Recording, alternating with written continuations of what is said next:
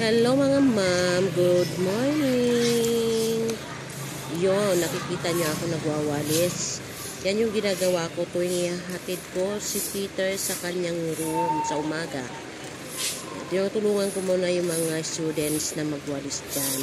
Yan, para makapag-exercise na rin ako, pawisan ng konti. Yan, tutulungan ko muna sila bago ako umuwi. Kasi po, malawak po. Yan, malawak po dito.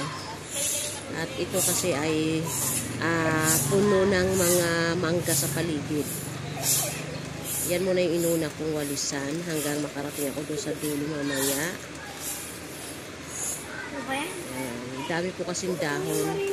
Yan, tuwing umaga, pagpasok, daming dahon. Ayan, dami kasing puno ng mangga. Yan, dumarating na unti-unti yung mga teacher.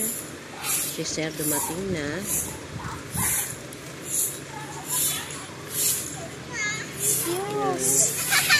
Napawisan din naman ako kahit paano.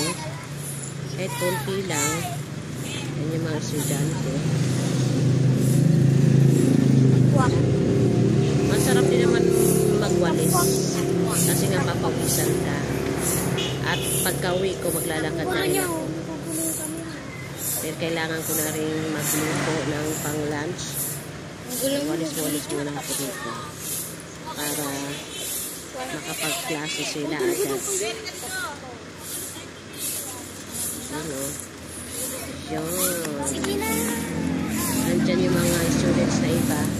Nagwawalis na rin sila. Thank you for watching, mga ma'am.